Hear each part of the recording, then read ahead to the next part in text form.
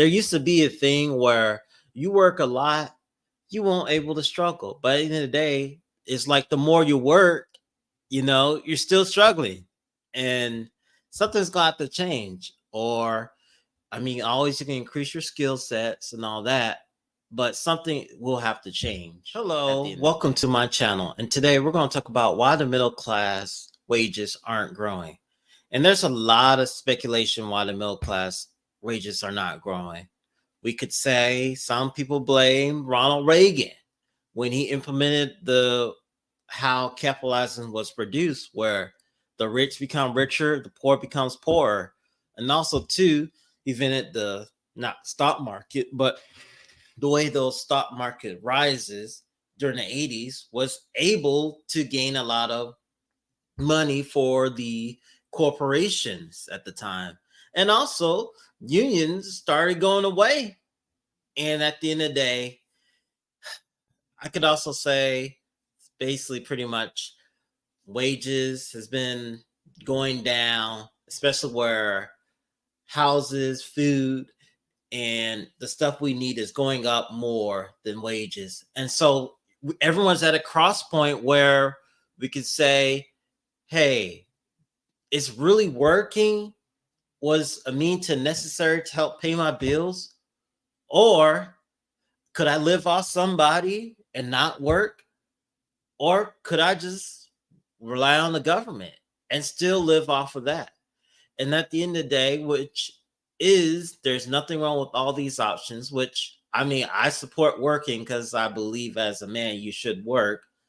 But I know now that's not the case and we're living in different times. So if you disagree with me, let me know down in the comment section. And we're going to get right to the video and react from CNBC why middle class wages are not really growing.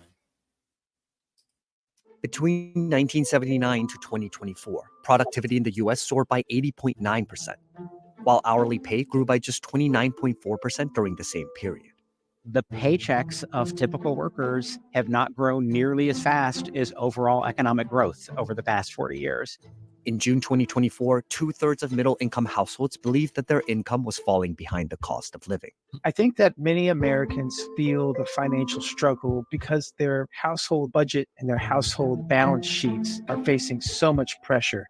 Every time I check my local mom group on Facebook, I see requests or people asking where they can get some financial assistance to pay utilities or assistance with rent. And wow. And I think a lot of that is on the rise too. Now you got rent assistance payment plans, electrical payment plans that helps you pay with your electric bill.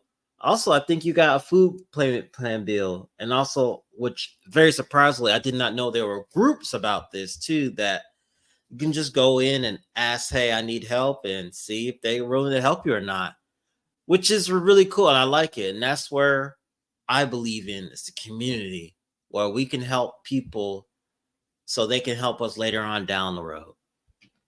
It's concerning because these people are working full-time jobs and they just can't make things work right now. The issue of wage trends, which is sad, and I'm going through this too.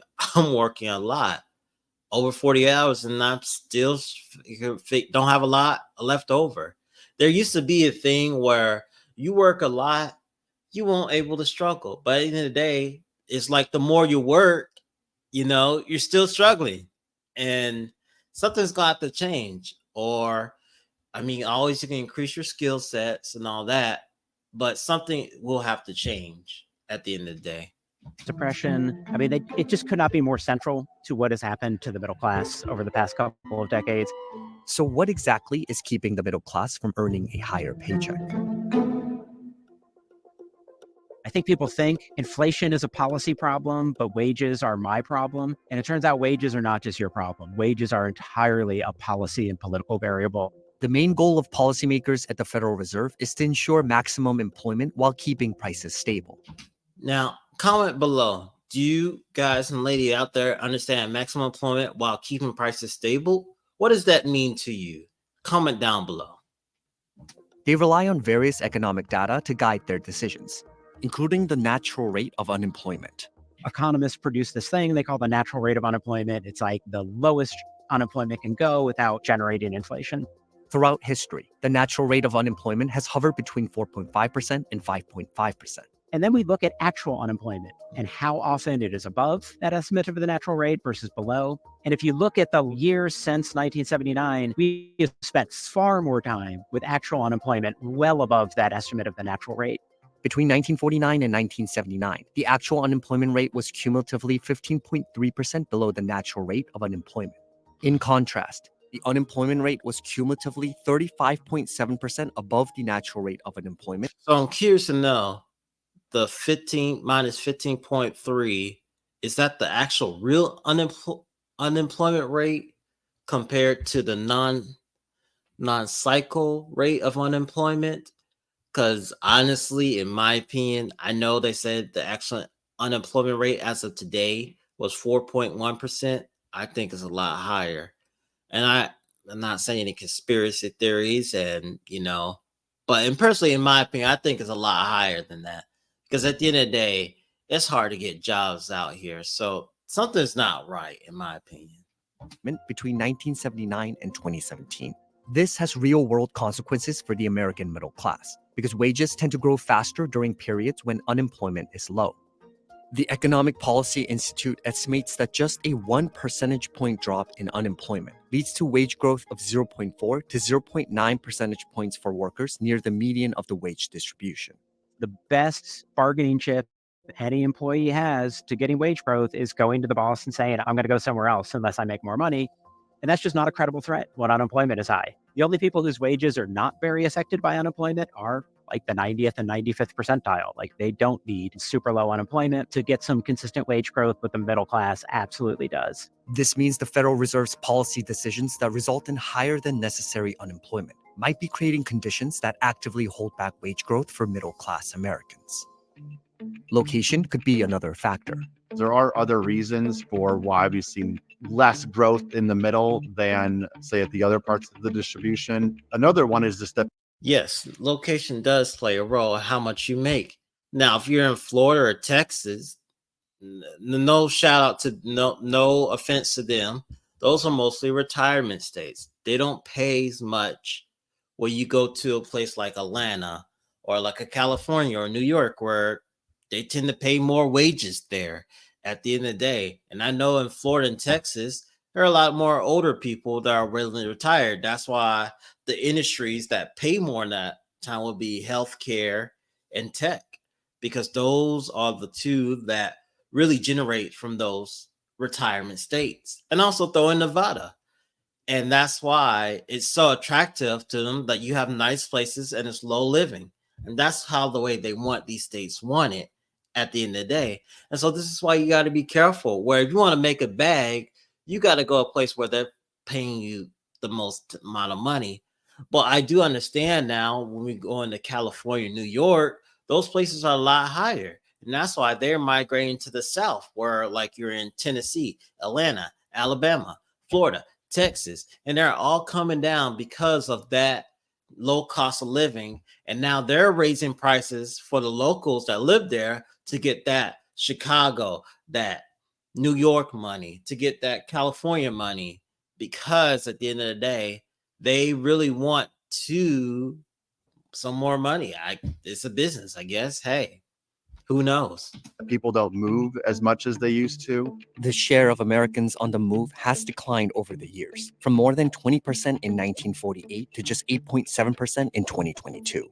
Between 1986 and 1997, almost 29% of job seekers relocated for new jobs. That number has fallen to just 1.6% in 2023.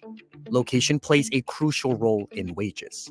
Despite the surge in remote work during the COVID-19 pandemic, wages for remote and hybrid jobs haven't grown nearly as much as salaries for full-time in-office roles, with some research estimating that remote workers could earn up to 30% more if they came into the office 5 days a week. Decades ago, when I was a worker living in sort of a lower opportunity area, I would move to a higher productivity city, like maybe San Francisco or New York City or Los Angeles. And as a result, I'd be able to capture higher wages, gain more skills, and then move up the income distribution.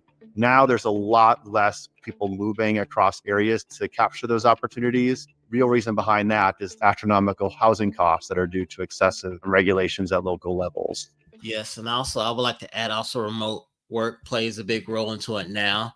So a person can stay in California and still work those wages in Georgia.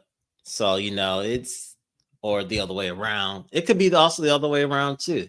Because at the end of the day, they are really looking for wage growth, if I'm being honest with you. Home prices hit a record high in June 2024, with existing homes selling at a median price of $426,900. In line with typical seasonal trends, home prices declined in July and August, but still set new records for those months. The overwhelming number of jobs in the US are in places that have really not seen much construction of housing. Some economists also argue that globalization has played a pivotal role in stalling wage growth for middle-income Americans. The expansion of trade with countries that have much lower wages, I think that was always going to provide quite a bit of pressure on the US middle class, because so much of that trade runs through like the manufacturing sector, which is where a lot of middle class jobs have been. Between 1995 and 2013, trade with lower wage nations like Mexico and China reduced wages for workers without a 4-year degree by roughly 5.6%, or about 2,000. Wow, that is crazy. Roughly 5.6 wages reduct for workers without a 4-year college degree.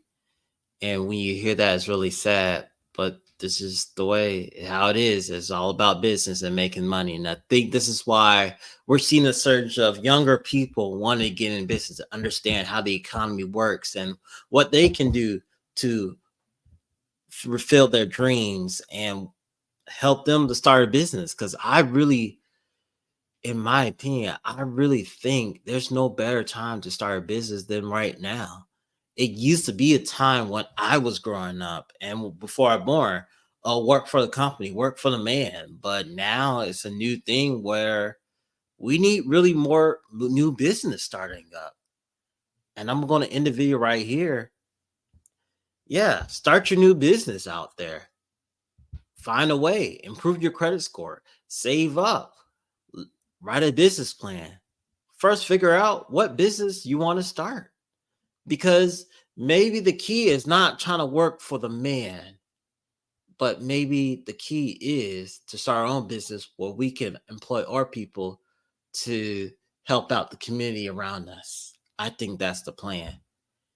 And if you want to watch my next video over here where I react to this financial advisor or social media financials, where if I agree with this advice or not, you can watch this video right up here.